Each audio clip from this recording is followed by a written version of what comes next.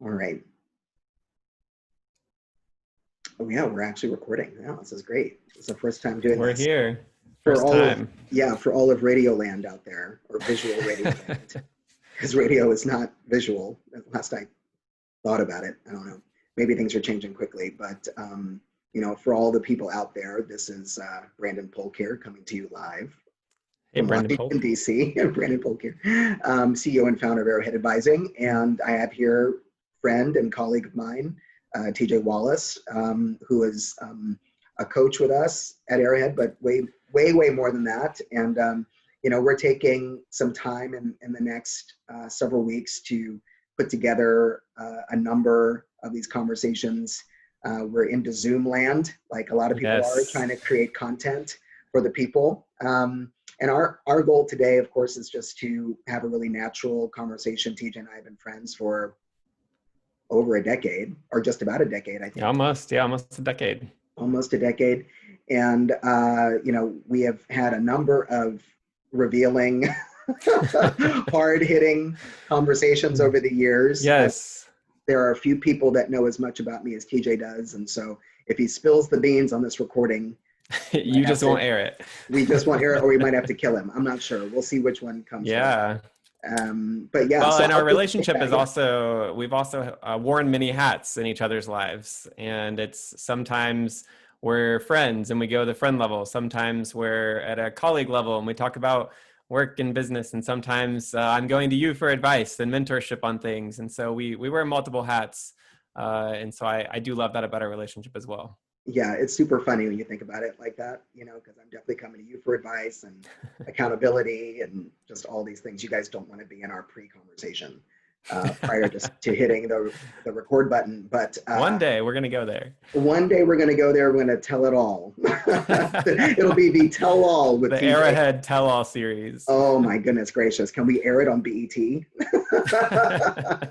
air it on it's Booty Entertainment Television. We'll do that. It'll be all of the booty out there for people to know and hear about. But in any regard, I think it's important. I think that we just take some time to model what it means to have these conversations. And I don't think we have anything particular in mind in terms of trying to over address the cultural moment that we're all experiencing right now, really around the world. But I do think it's important that we take time to look at what our friendship has suffered through and gone through over the years, and how we've grown professionally, how we've grown spiritually and relationally, and being able to have these conversations and challenge one another. But as I'm thinking about, the history of Arrowhead Advising in this time, there's just no, this is exactly why the business exists. This is why our coaching firm exists and our consulting firm exists, is because of moments like these. When COVID-19 hit, this was when I thought, I wasn't sure, will we be able to, really do this and continue to grow this? And, when I first conceptualized Arrowhead, it was very much for social impact. It was, we need people to find their potential and realize that they have value, and to address the internal and external barriers that keep them from being that. And that would be really unto a discipling, a training up of nations in the way of righteousness and collaboration across the world. And this is where we're at today. I couldn't have imagined a greater sort of organic and like a mistake of sorts. It was like an accident that Arrowhead even started, but it was a function of my own spiritual walk and God's work in my life. And then I was able to bring people into that, like TJ. And so I'll let him talk a little bit about his own story here and sort of what brings him to the table, to this conversation. But we have a really unique history together when it comes to this. Yeah, and we actually met in my dining room when I lived in DC. Right. You came over, you were friends with my housemate, you came over and had dinner. Give his initials. He can get a shout out. Oh JH. yes, JH gets the shout out. We Yes. won't call him out by name, but we'll give him a lot of love. Yes. So he invited you into our house, and we sat around the dining room table, and I kind of was in and out and kind of doing my own thing. And I just heard some of the conversation happening, and I heard some of the things that you were sharing and saying in that conversation. And I just remember thinking, that sounds like someone who I could align with, or someone who might agree with me on some of these things, or someone who can push back on me when I may be wrong in certain areas, or you just had a certain there was a vibe in that conversation that I got that was like, you're very real and very authentic, and you bring to the table whatever it is that is. It's like the phrase "it is what it is," I think perfectly encapsulates you and our relationship. Just it is what it is, you know. That's what it is. We bring the reality of our lives to each other. And I remember in those first few weeks after being friends, I just came to you with like, this is where I'm at in life. This is everything I'm kind of walking through. And just I felt very comfortable with the idea that this is what it is. I don't have to put on a different face or a different mask in front of you. I can just come to you in conversation and share, this is my life as it is. And I think you had already had some experience in coaching people and counseling, and you had already kind of started to go that route, but Arrowhead wasn't a thing yet. And so our relationship kind of started, our friendship kind of started on this idea that we could just be real with each other and just be authentic. And so from those first few weeks, we just kind of built on that. And then we ended up having breakfast every week. And in those conversations, when we got together with our other friends, so if you want to shout out their initials, in those conversations, MS and JC. S and JC. In those conversations, I think I saw a different side of you, and I began to see your hopes and dreams come to life. And I began to see you starting to pave a way to get there. And it wasn't just, I have this idea or have this dream of what I want to do. It's these are the next steps that I need to take to get there. And you surrounded yourself with people who believed in you and who wanted to blow wind in your sails and really start to see that happen. And so I loved getting to be just your friend in that moment. I wasn't a part of Arrowhead in the early stages, aside from pushing you in that direction, and had no idea that one day I would be a part of the team. I just really thought, hey, this is great. Brandon's passionate about this. I didn't really understand fully what you were doing. He's going to talk to some people, and that's really great.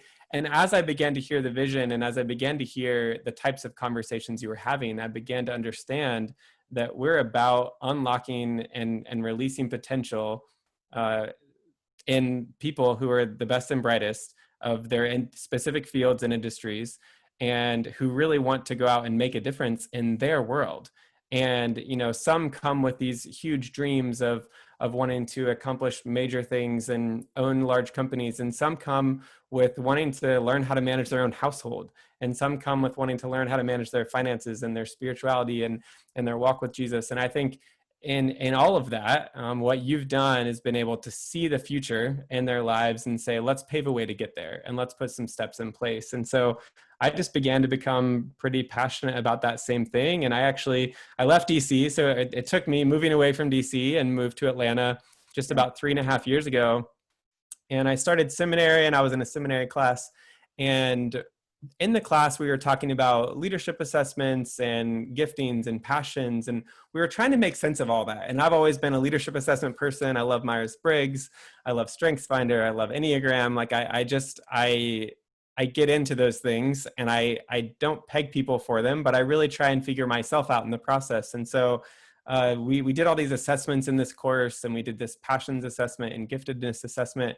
And at the end of the course, I was trying to put it all together, and I was like, none of this really makes sense to me.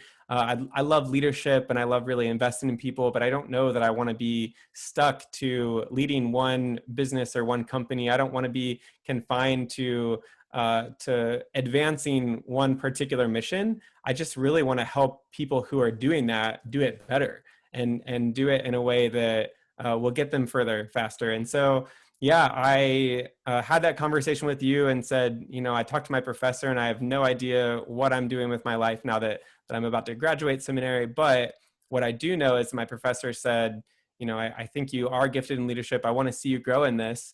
I could see a path for you, but I don't know that looks like you being an executive of a company or your own company. What I think it means is you being a consultant to executives and a consultant to the people who want to advance the world. And that was inspiring for me to realize. I looked at her and was like, is that a thing? do people do that? I don't even know that was a job. Like, I thought I just had to go out and kind of pave the way and start a company or be an entrepreneur or be an author. Like, I thought I had to go out and start my own thing. And it was like, no, people definitely need that. There's a huge need for that. And so I had the conversation with you. And this is when it all clicked for me. I was like, It so was what super she was funny. saying, yeah, what she was saying was I should be a consultant, 2 leaders and 2 people in the world. And you were like, that's what Arrowhead does, right? And I was like, is it? Is that what you do? And That's so what for we the do. first time I really got it. I was like, oh wow, this actually does make a lot more sense to me now. And that was the day you were like, come on board, let's do it. Yeah, what's really interesting about that too is that, I mean, there were two things that I wanted to say. One, thank you. One, I think just for being in my life all these years. You haven't abandoned ship. Not But planning on it. I mean, we met and had, this incredible connection, and then, you've been there, like it's great. I mean, I think you're right. Like I've had, the opportunity to have such amazing people in my life surrounding me, but I've also had some really horrific community experiences that you were there to help me navigate Yeah. through. And actually was those times, is that sorrow and that suffering, where you guys, Mm-hmm. really showed up. And that was really the creative essence, that really was the fodder or the flame for what Mm-hmm. Arrowhead is now. And what's really fascinating in terms of being able to connect those dots together is that anyone that knows you, TJ, knows how intentional you are in relationships, how much how committed you are to developing people anyway. And you were doing it. You were doing this hard work, and doing it over time. One of the things that we often talk about is being in people's lives time over time over time really matters. And Mm-hmm. it's not just a one hit wonder kind of thing. Yep. Sometimes in one conversation you can really make a difference, but really to develop that trust and to see change and transformation happen, you have to be there for a really long time. And so that was something that you were doing really organically with your life, and remain committed to that. And you'd be doing that whether or not you were a part of Mm-hmm. Arrowhead or not, but that was Yep. the actual skill set. And even more than the skill set, it was the heart of it. And so Mm-hmm. when I want to build a team around this idea of people being the point of the arrow to things going on in their own lives, right? Being Mm-hmm. able to hit that mark, and with things going on in their own lives, in their own communities, Mm-hmm. and in greater detail, what's going on in the world for the greater good of the whole world. Mm-hmm. I'm looking at people that have that same ethos, like what you have, and you replicate it so Mm-hmm. well. I mean, people are listening to us right now in our love affair with one another. Yeah, Uh, and what's funny is I think we sometimes think that has to come through some profound method or way, and I can tell you when that became most prevalent in my mind is the thing that I really want to pursue and that I really want to do. I was working in a Chick-fil-A restaurant. Like I was serving guests at the front counter. I was managing a Chick-fil-A restaurant. I was serving alongside team members. I was making ice cream cones. Like I was the person making the shakes behind the counter. Like my passion for this and my passion for developing people came from serving alongside them. And so I think you and I have had opportunities to serve alongside each other. we both At, did the two chicken joints. I did KFC as a yes, that's manager. true. You You were the did KFC Chick-fil-A as a manager. manager. That's right, which is exactly Yes. where I learned it too. I think, Mm-hmm. or at least it began to concretize itself there, where it Mm-hmm. was just a very complicated, and I think you'll get this. It was like trying to manage a fast food restaurant is a very complicated thing when you're Mm-hmm. working with the haves and the have-nots, kind of, Mm-hmm. like you got to make sure that the store is successful. And sometimes that means cutting people off of the clock who really need to be there, Yep. Yeah. and needing to balance that, meeting the bottom line of the restaurant, or With the care and concern of the people. And I think yeah, similar to what I was talking about before, I think I got so set on this idea that it had to be a certain way. And I'm working in a fast food restaurant, quote unquote, a fast food restaurant, that how am I supposed to achieve my goals from here? And I think a lot of people get stuck in this idea that in order to achieve my goals, I need a dramatic life circumstance change. I need a boatload of money to come my way. I need some sort of opportunity. I need someone to recognize this gift in me. And I would just say, if you recognize the gift in you, I think that can take you a lot further than someone else. Maybe they can get you somewhere faster by advancing you and elevating you, but your own conviction and own passion for that is going to take you much further. And so Yeah. I remember that experience at Chick-fil-A, having to, that was when I go back to what I said about being an executive and having to be one-minded in a company and how I didn't want to do that. Chick-fil-A was that for me. It was, our goal is to sell chicken, and we want to love people along the way. And, our goal is to serve people. But at the end of the day, like, the line is out the door and we have to get that line moving fast. And my job is to make sure it's efficient. And so I was getting so stuck on the business aspect that I couldn't, out of necessity, I couldn't focus on developing people. And I just remember after 3 or so years at Chick-fil-A thinking, I'm passionate about the people and I need to find a place where I can do the thing that I'm more passionate about.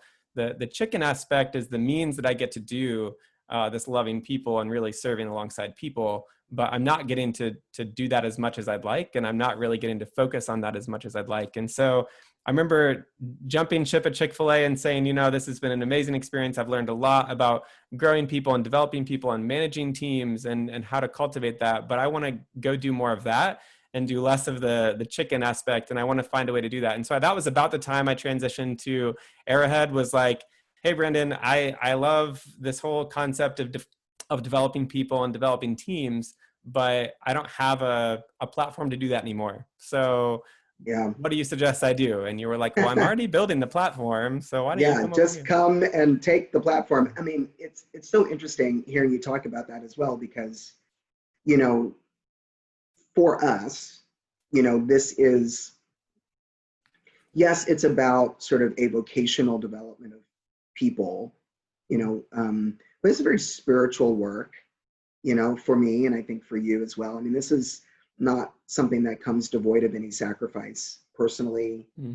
A sacrifice that we're willing to pay, likely because of our own life stories, that help us get to this place of understanding the importance of sacrifice and having fire in our own hearts, for giving in this kind of way. But I'm sure you've got thoughts on this. My initial thoughts are, walking with people through the roughest and greatest times in their life is one of the greatest joys. It comes at the greatest cost sometimes. And it just takes a long time. You don't see the dividend. You don't see the payoff right away. Yep. And after having done this, I mean, the business is, really since 2013, I conceptualized it. 2017, we entered into an entirely new iteration of the business. It was really just me for a little while. I think a year or a year and a half after that, brought on you, another person, as sort of like my first foray into having other people on this team and this venture with me. But it was such it was so clear to me, from God, from prayer, that, we have to do something to raise up leaders and to empower people. And this gets to your point about really trusting that people, when they become aware of what's on the inside of them, will actually choose to grow, will choose to lean into their own potential.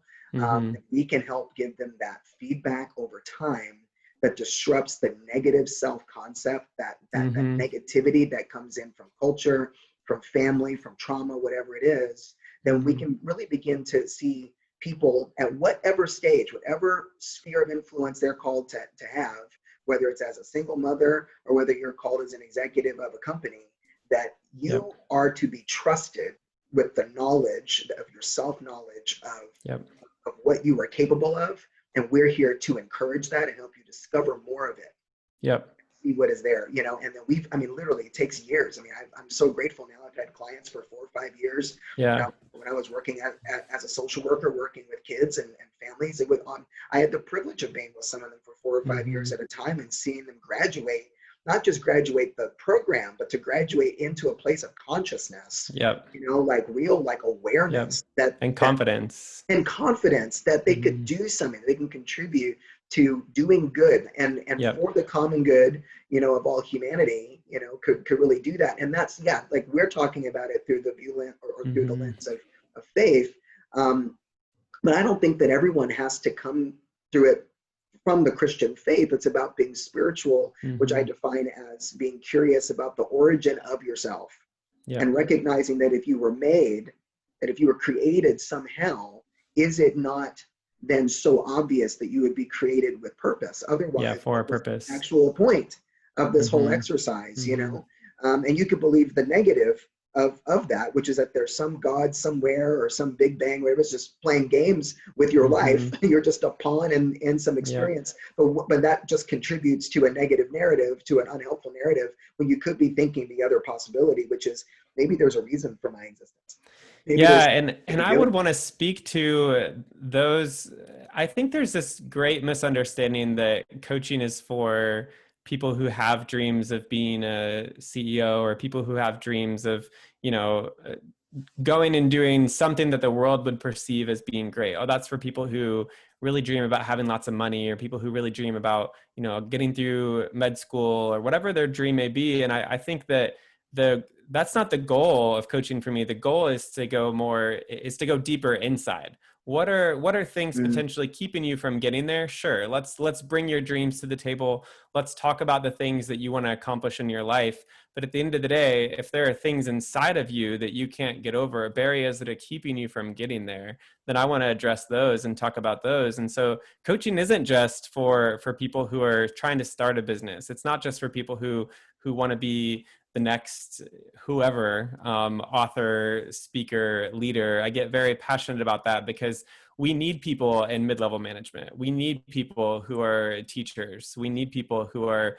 continuing to advance good in their individual spheres. And so I don't want to overemphasize this idea that everyone has to be the best at everything they do. And yes, we should try our hardest to do that. But I think at the end of the day, we don't all need to aspire to be the next CEO of you name it company, or the next tech executive, or the next, like, I just, the list goes on, because I get very frustrated when I hear people talking about dreams and goals, and it's all through the lens of comparing themselves to someone else. If only I had what they had, if only I had those experiences, if only I had their shoes to walk in, then I would be in the same place they are. And it's our circumstances combined with what's inside of us that helps to cultivate that. And so let's cultivate something inside of you that will combine with your circumstances and your experiences. And that's for everyone to help accomplish your goals and your dreams. And so that's not just for people who would align with that. It's everyone who needs coaching. And I didn't realize that until I started working with clients, and I realized, wow, every single one of my clients is in a very different situation, a very different season of life. And I would have looked at any one of them at any point and said, oh, they have it all together and they don't need coaching and they need this. It's when you get down to it, there's something very raw that's keeping them from continuing to press on. And I think that's what we've been able to unlock. And I love getting to see clients walk through that. And I love getting to see for the first time a few things click for them, where they realize, wow, something inside of me is shifting, where I don't have to have that outlook anymore, or I don't have to be discouraged by that outcome or that decision, or I didn't get the promotion, but I'm going to keep pressing on anyway. It gives that additional motivation to people. And so I've just really, I've loved watching that with my clients. And so I would just say to people who are listening, who would ever say, you know, I'm not sure if that's for me, I'm not sure if that's for a specific kind of person. It's for you, because it's for me, and it's for every single person that I've worked with has been in vastly different circumstances. Yeah, that's so true, TJ, and so well said. And you know, I think even in the context of the cultural moment we found ourselves in, you know, TJ and I talked about this, you know, in our pre-call here about, you know, like what is the importance of actually being able to sort of address, you know, what is going on in this cultural moment. And I think that something that you just said triggered it for me, because, you know, we do need people that are in all spheres of life at all different levels. Everyone has value. And when and whether it's navigating through the COVID crisis, or whether it's trying to find your own story in the conversation on race relations in America, you know, we need principled leaders to help us, to help the country and help the world navigate through these difficult waters. And it's difficult waters. Yep. In the difficult waters, and in the stress, and in the the crisis moment is where what's on the inside is going to come to the outside. And so if we're not working on what's happening on the inside, and you're in a position of influence or leadership, or you have people around you who you're trying to impact for good, that's going to come out in those moments of crisis. And I think we've seen that. And I've seen that in my circles. I've certainly seen that in work environments with the clients that I work with. Stressful moments warrant us to have a stress response, and specifically around race relations. And I work with just a number of people. It's been really interesting and fascinating over the last several weeks to learn so much about what should be said and what shouldn't be said, and how far do we take the conversation, and who should go first, who should say something first. And I think it's been really interesting throughout all of that just to hear. I'm hearing those inside moments for people, and they're not always wrong or bad, but I'm hearing what's on the inside come out. We're hearing the cries of injustice. We're hearing Black people crying out for justice in our culture and our society, from both police and just in small ways in work environments. And we're hearing cries across the country. And so I think, what do we do with that? You know, do you have any insight on how we navigate that? What do we do with that cry? How can I show solidarity? How can I stand in solidarity and really come alongside and be a part of that? And I mean, ultimately, I really want to see, and it takes coaching for myself, but I want to see what's good and true on the inside of me to come out in these moments. And I don't want the chaos to come out. And I would say it's coaching that's helped with that. It's helped me better understand how to respond in moments like this. And it's been really great to get to lead in moments like this. But I'm just curious if you have any insight on what do we do next? Yeah, thanks. I mean, you're asking me that question. Okay. I'm asking you that question because I don't ever want to assume that I know what to do next. Yeah, I mean, I mean, I think that we're doing it right here, and, we have a very close friendship. And I mean, maybe we start, I might just volley back to you and say, because we had a conversation weeks after George Floyd, I think, was murdered. And Ahmaud Arbery, actually. Was it after that? We had a couple. Yeah, it was just a few weeks after Ahmaud Arbery. But you had called and you had said, I mean, you can take the people through it if you don't mind, because you waited to reach out to me. And I have just been, since that shooting, the Arbery shooting took place, I've been just so busy trying to grieve and trying to lead at the same time, and I haven't been as available for everything that I would have loved to have been available for. And I know you sense that, because I was just, I'm always a busy person, but this has been an extraordinarily busy season. It's been very unique. Busy emotionally too. Busy emotionally as a brown person. It's been, it's been like, oh my goodness, like every white friend that I had, wanted to ask me how I was doing, to which I said, you didn't ask me before Arbery got shot. But no, but I really do appreciate it. And I think that you were one that had a great deal of deference, but maybe just take the folks that you're thinking there about, your own processing leading up until that point. I think that will help me answer the question in an appropriate way based on our friendship, So what I was hearing from my Black friends and colleagues was, white people, you have to speak up. You have to help fix this. You are part of the problem, and you're also part of the solution. We can't fix this on our own. And I remember thinking, after George Floyd, those cries are louder than I've ever heard them before. And I didn't even know how to say it. But what I thought in that moment was, this is the first time I've heard Black people crying out, asking me to help them. I don't remember ever someone saying, white people, you have a responsibility to help fix this. And my eyes were open to how naive I've been and how out of touch I've been for as many conversations as I've had, and for as much work as I've done, as many books as I've listened to on the topic. That was nothing compared to just the realization that I'm kind of behind on this and I need to get up to speed. And so I remember safely asking you, I know you're my person that I can call and safely ask. I said, Branden, is this something that people have always been saying, or is this like a new revolution where Black people are asking for white people's help? And you're like, no, they've always been saying that. And I was like, shoot, I was so far behind, and I still have so far to go, and so much to do. And so I I didn't call you for a few weeks, really because I knew you were exhausted, and I knew that you knew our friendship was solidified. I know lots of people who are deeply offended by friends and colleagues not reaching out to them and saying something in that moment. Hey, I just want you to know I see you. I love you. I knew you were getting that. And I knew that there was trust between us, where I knew that you knew I see you and love you. After every single time this has happened, we've been through this a number of times now in the last decade. This has happened, numerous times. And so, after that, I realized, Brandon's probably pretty exhausted. I can give it a week and then say something. He's not going to be offended. We can have that conversation. But I remember in the conversation being just realizing you're exhausted. And in that same week, I was having conversations with colleagues. I was having conversations with friends and family, and I was exhausted. And for the first time ever, I got it. I got what it meant to be exhausted alongside you.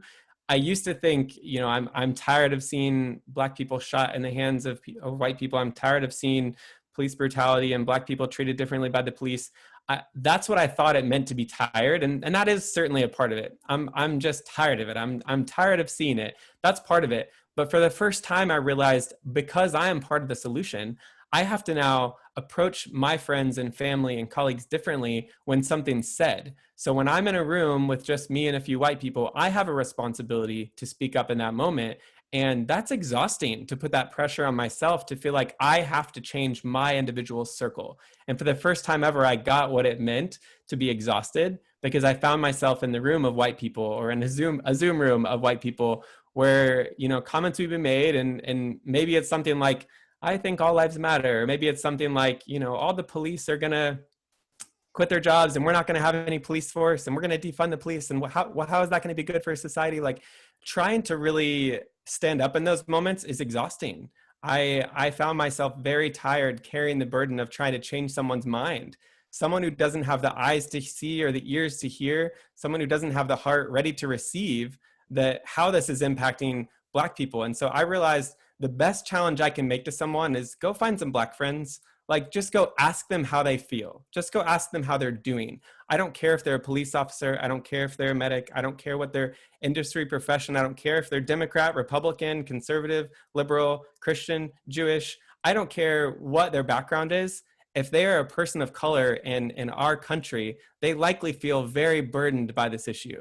And that doesn't necessarily mean they have to align with Black Lives Matter and they have to go out and protest. It's not what I'm saying. I'm saying, ask how they feel right now when they saw George Floyd in an 8-minute video. Ask if they watched the video first, because they may not have. And if they did, ask them how it made them feel. And you'll understand very quickly why they're exhausted, because then you'll realize, I have to do something about this. And so I got to say that to my Black colleagues. I got to come alongside them and say, hey, you are someone that I care for, and I know what it means now to be exhausted, and I'm tired too, and I'm asking you to help me. If you see something in me that needs to be corrected, will you please correct it? And there were a few times where people were like, no, that's not my responsibility. I can't fix you. And I was like, I'm not asking you to fix me. I'm doing my own work, but I am asking you, if you see something that falls through the cracks, you got to call it out of me, because you're asking me to call it out in the people in my circles. And I'm going to ask you to call it out to me as well. Like, we have to be in this together. And so we have to be exhausted together and live in that. And so I'm living in that tension now with you, with my other friends. And I'm more ready for the challenge than I was before. Yeah. And it's a really interesting point, because you even said it. I mean, we've been friends for a decade. I just did a podcast with my friend Lucas Groba. I've been friends for a decade, and he's saying some similar things. And I was just like, look, like, in 10 years of friendship, I've been the one to generate conversations about race probably only a handful of times. Yep. And I've said that to some of our other friends also. Yep. When this thing comes up, and now it's like, 8 minutes and 46 seconds, now white people are like, we couldn't take our eyes away from it. We couldn't believe that this was something that was happening. No shock and awe, on behalf of people in the country that this is happening. It's been happening. And yes, we have been asking for support and for help and for understanding. And yes, we are fatigued, and your fatigue is a different fatigue. It is a different fatigue. I'm not even comparing them. I'm saying that they're different. And so that's where I'm coming in differently. I'm not trying to be like, oh, well, I'm tired because, whatever. I am definitely tired, and I've carried it longer, but I'm not, but I'm looking at this and I'm going, okay, great. Like, I'm grateful that that some white people, a lot of white folks, when they enter into the conversation, whatever that conversation might be at this point, but we have to be very clear. And I'll use our friendship as an example, and some of our other friendships, is that it's taken 10 years. For some of my, it's been 20. And I've been present, strategically and intentionally present in the lives of white people for 20 years or more, so that now I can have a constructive conversation about not just race relations in America, but about the dynamic of our friendship. Right? Which actually is, in a petri dish, race relations in America. Yeah, that's great. Right? So what are we saying then? Saying that, like, would you even have engaged in the conversation prior to this in a way that is principled, that is open to criticism, open to leaning in more, whatever that might be, had we not been in a tolerant friendship where I was honestly not able to express all of the things, right? For 10 years. Had we not been socialized to one another for that long, would it be easier or more difficult to have the conversation at this point? Right? And I would say it's awkward. You know, nobody wants to start the conversation. It's very easy for me to say, well, you know, it's hard to start. You know, I don't want people to think that I only see their color. I don't want people to think like, oh, when I see you, I see a black person, so I'm not going to say anything, so they don't think that that's all I see in them. But then you don't see the suffering that comes with that. You don't see the suffering. And so I think I have just lived out throughout my life thinking, well, if they want to talk about it, they'll bring it up. It's a topic that they might care about. And so they'll bring it up, and they know I'm a safe person to talk about it. And it's awkward for you too. You don't want to be like, hey, by the way, can we talk about this race issue in America? I mean, totally. And especially if I brought it up a couple times before. But even to that point, TJ, it's like, you know, I don't want people to like I'm not thinking, honestly, as a black person, that if you say, hey, what is that experience like? I'm not thinking that you're seeing me or talking to me just because I'm a black person. Right. I think it's like, is there openness? Is there empathy? You know, what's your posture in coming to that conversation? And a lot of people are like defensive. You know, I had a person reach out to me, you know, I mean, I haven't talked to this person in 25 years, you know, and they remember me from like high school or something, you know? And I was like, what is going on? You know, and, you know, people slide into your DMs, you know, and they send you messages, and I'm like, who is this? I don't even remember you. And they were like, I guess I'm not on that level yet. That doesn't happen to me. I'm not on that level. That's fine. And I can't say that they were a friend. I mean, they were a friend maybe then, but I haven't spoken to this person in a really long time. And just said, you know, hey, yeah, I really trust you. And I'm like, but I haven't talked to you in 25 years. It's really crazy. You know, can you explain white privilege to me, basically? It was almost like a gotcha question, right? Yeah. And it wasn't intentional, but it was I don't understand what's going on. Let me go to the black person I haven't talked to in 25 years. I mean, this is the kind of burden. This is I've got a new level of exhaustion right now. Yeah. And anymore, you could just say, well, let me Google that for you. It's like, let me send it to that's what I said. That's what I said. I said, God created two things, you know, around 1999 and 2000. And it's called Google and Yahoo News. And you can go on there and search whatever you want. Wikipedia people are talking about it. You know, people are talking about it. And I'm like, you know, so for me, I'm shepherding the conversation differently. Like, my posture has shifted from just being a black person in the presence of white people, waiting patiently for the moment when we would be able to have a real conversation about why we want to kill one another. Right now, I've shifted because the moment and the movement has shifted just a little bit. My posture now is to say, where is our friendship? Where is our relationship? Why did it take this long for us to have a conversation about it? Not to shame, but to ask a very honest, clinical question, right?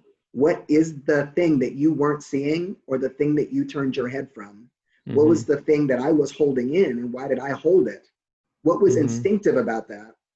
And now we have this position in our business where we are now saying, okay, everybody, let's lead principally here, right? Helping people to have these conversations, but we have to also have the conversations at the highest levels of our organizations, at the highest levels of our institutions, and say why 8 minutes and 46 seconds, that's what it took for us to not turn our head Yep. anymore.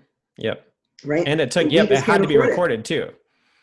Totally. It Have it recorded, blast all over the world. Mm-hmm. You know, like I mean, this is what it takes, you know, and I think and it's still very complicated, you know, because I think that, you know, for lack of a better allegory, there aren't enough trust marbles in the trust jar to believe that this conversation is, one, if it will be consistent or not, if it will be genuine, two, and three, is this conversation being co-opted so that people are taking their personal woes and using Black Lives Matter, quote unquote, as a scapegoat for their own problems and not really committed to them. So this is where you get not addressing the real issues, right? You know, and this is where I'm like, well, are we having the real conversation? And this is the entire reason why I'm like, I'm wanting to lean in more in the context of business, because, and this is where it gets really personal for you and I, because this is not something that we're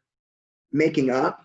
You know, this has impacted your life, it's impacted my life, and therefore it's impacting the business, you know, and it's impacting how we lean into the principles and the vision and the mission of which this thing was built on. And I'm like, look, we have a meeting tomorrow with our whole team, and I'm saying like, look, like we have to be willing to coach, have counseling sessions, whatever it is. We need to be invested to the tune of 200,000 people within the next 2 to 5 years.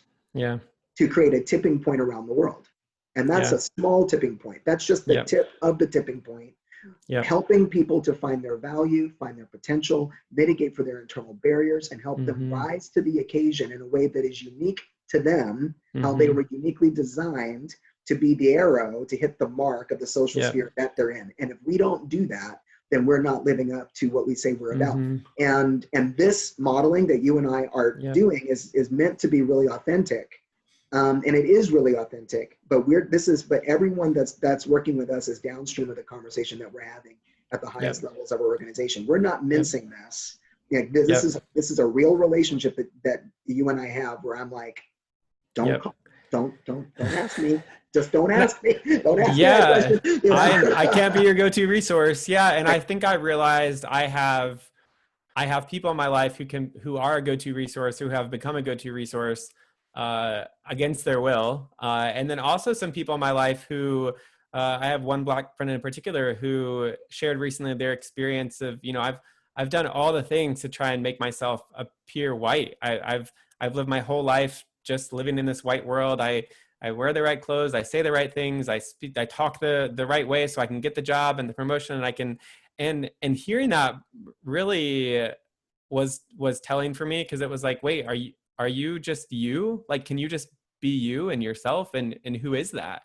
And that's been so much influenced by white professionalism. And so that relationship was very revealing when they came to me and said, you know, I want to talk about this because I'm realizing for one of the first times, I've never stood up and shared my stories or my experiences. And I've tried to, and we were just having a conversation that was like, it's very important for you to share that. People need to hear your stories and experiences, because it's what helps shape me and my line of thinking. And I'm not saying it's all your responsibility and you have to share your story in order for me to change. That's not what I'm saying. But it does help move that needle for me to understand what you go through, because I'm not going to see it through my lens. And I remember having a conversation recently that was like, I grew up in a small town. I don't think I had a single Black friend until college, my junior year of college at that. And so, and I remember growing up and having conversations like, we're not racist. Like, we had the conversation about racist, and that was not us. And we very clearly said, that's not the gospel. That's not Jesus. We love everyone. Everyone's equal. Like, I remember having those conversations, and then just a few weeks ago, thinking to myself, I remember having conversations about how we're not racist, but I think there's another level of that. But what are your biases? Because I wasn't around a bunch of any Black people for the first 20 years of my life, I didn't know what their experience was, and I didn't have that to learn from. And so I remember then just a few weeks ago thinking, yeah, I may not have grown up racist or blatantly thinking that, but if you put me in my work situation at Chick-fil-A where I was managing a team of 100 and many of them people of color. If you put me in that situation right out of high school, I would have had all kinds of things to say or think about people. And people I work alongside now, I would have seen them 10 years ago and thought, well, they don't work in a professional environment. They must work in this other environment or this other place. And there are people who are senior to me in certain positions and in life. And so I remember thinking like, yeah, I grew up and we heard the message of like, we're not racist and that's not us and we treat people equally and that's what we believe. And I did believe that. But because of my circumstances around me, I didn't have a lens to look through to see it. And so I found myself looking around now as, you know, a 33-year-old, I'm looking around and thinking, oh, wow, I think differently about people because of my circumstances. It's to no one's fault. I think in my small community, we did our best to teach people the right way. But when there's no examples or no stories to look around, it's been really important for me, for my friends to share their stories with me so I can see what their experience has been and how different it is from mine. And especially for my Black friends who have said, you know, I have to wear my hair a certain way and I have to try and do certain things to get that job. I encourage you, please tell me those stories and please just be yourself so I can learn what it is that you've experienced and gone through so I can come to that side. And so it's been a long journey, but I'm realizing we all have work to do. We all have work to do. And no matter how much I can look back on my past and my upbringing and say it was great and positive, I still have work to do today. And my children will have work to do in our country, which is an overwhelming thought, especially considering I'm having a child in 2 months. Yes, you are. It's an overwhelming thought to know that I'm bringing a baby into this world. It can be a little bit discouraging, but then I remember we have an opportunity and they'll have an opportunity to learn and to grow and to do the work. And so I'm just excited for that day. I'm excited to see that continue to happen. We can't give up. We can't just shy away from the conversation. I think we've done that too often in our country's history, and it hasn't worked. And so we need to continue the conversation in these individual settings like this, and that's how the needle moves. Yeah, I completely agree with that. And even the adage, you know, that you just offered, it's like telling the stories, you know, comes with a felt risk, Mm-hmm. not an actual risk. Mm-hmm. And even hearing, you know, hey, like I'm going to listen to you and I'm going to at least believe that your experience, Mm-hmm. you know, from your own telling that you believe, right? That it happened that way. And I find that, you know, a lot of white people don't have the skill yet, you know, for holding that tension without being offended and then defensive. Mm-hmm. But imagine if you're in a power dynamic, you know, where, you know, it's your white boss or it's your white friend with the social influence, right?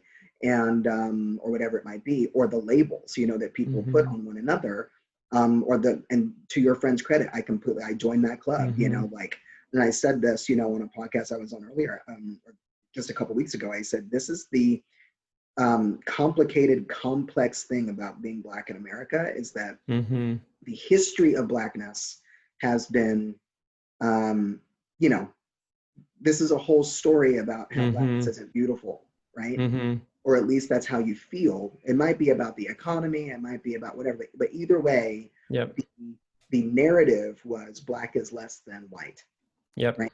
And if you hear that over and over and over and over again, you start to develop a complex as a Black person, and in particular, you know, I mean, really for Black men and women, you know, you start to develop a complex. You know, at least I know I did, where I was like, do I need to transform? Like, there's something I can do about this. You feel hopeless. I can't be white. I can never be white. I can only be Black. Right? I can only be brown. And yet I worked so hard to overcome the barriers that this is for me in civil society. So when people are like, there's nothing systemic about this, or there's, you know what I mean? It's like it literally is still, but here I am trying to convince, I'm around. I take 20 years, right? 20 years of relationship so that I can have a conversation about what Black Lives Matter means, what it means really, you know, and how I've been personally impacted to my white friends. It's really been a prophetic thing for me Yep. to be walking in this life, the way that I have for the last 20 years, really, since I was a kid, just having to be in the middle of two Yep. worlds. I was code switching early by the age of 5. Yeah. Yep. That's how it was going down. But to have this complex feeling of like, can I love myself? Will other people love me if I tell the truth about what my experience is? Will I be believed? All of that. And as a white manager, boss, employer, I found that I have to go first in that. I have to be the one to say, hey, I just want you to know, you can be you. And I can even use language like code switching. You don't have to cover for certain parts of your life. You don't have to wear your hair a certain way to be professional in this work environment. I just want you to know. And so when I'm leading people, I'm going first and having that conversation and letting them know from the front, hey, in case you think you have to be a certain way to be around me and to be considered professional or to be considered for opportunities, that's not true. And you can just see it fall off their face. Like, yes, totally. Wow, really? Yes. Like that's true. I didn't know that there was a place like that. Like, thank you so much for saying that. And it's not awkward, but it did take me going first and having the conversation and saying, hey, I just want you to know I see this and we're just going to get rid of it right now. And we don't have to pretend. And so that's been some steps for me in this process, is really just coming around people and making sure they know that they don't have to cover around me. Yeah. And I really appreciate it. I know that we are at time and we can do this like forever and ever and ever. All day long. And I just say that I really appreciate those last moments, especially that you just said. And I think, having a safe place, this is the safety, right? That there won't be retaliation when I tell you.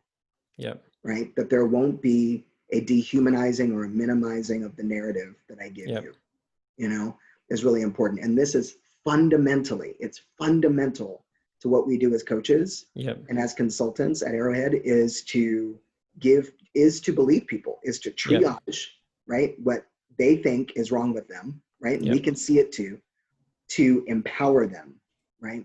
That they are the experts on who they are. They are the experts on what's going on on the inside of them, that they're worth being believed, at least experientially and from their perspective, from their perception. And then we want people to feel present, powerful, and passionate about the work that they do, that they choose to do, about the lives that they choose to live, about the relationships that they engage in, right? And that is the continuum of the entire thing. And that is the formula for transforming the world.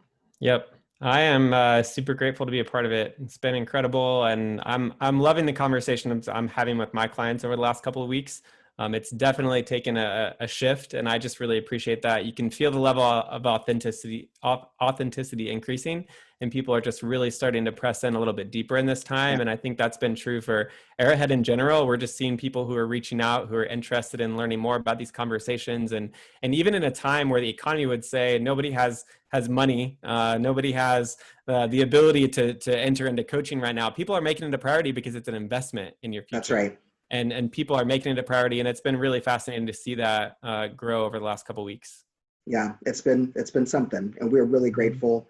I'm really grateful. I'm really grateful for you, TJ. Yeah. And we have synergy. We talk about synergy a lot. Synergy is one is doing enough of one, but two has the energy and does the work of three. There's a power of multiplicity here, and we do more with one another than we could apart from one another. And so. And that's thank you for building the boat. I'm on it with you. So we're going somewhere. We're building it as we go. We're building the plane as we go. That's right. We definitely thank you for building that. And I'm on board with you, and we're flying somewhere. We're going somewhere, hopefully to a more reconciled world, where we're raising up people, who are willing to be wounded healers in their own right, maybe world leaders, but even more importantly, or as importantly, as people that are willing to be leaders in their families and with their friends and their communities. And in their communities. We don't need everyone to be on the big stage. We need people that are willing to do the hard work. And if you can clean a toilet, then and not feel like you are kind of better than that, then you'll be willing, to disciple your community. It's great. To disciple the nations. And we know that because we had to do it. Yep, sure have. Many a toilet have I cleaned in my life. That's right. Chick-fil-A and KFC, always at the chicken joints. I've always had to clean a toilet. Yes, So many a toilet. many a toilet. And on that note, our conversation is in the can. And I love you, and we'll love you, Branden. And we'll talk to you next time. We will do more of these. So I hope Yes, that you'll can't be wait. willing Looking to forward to join me it. for another one soon. Alrighty, sounds good. Thanks. All right, bye.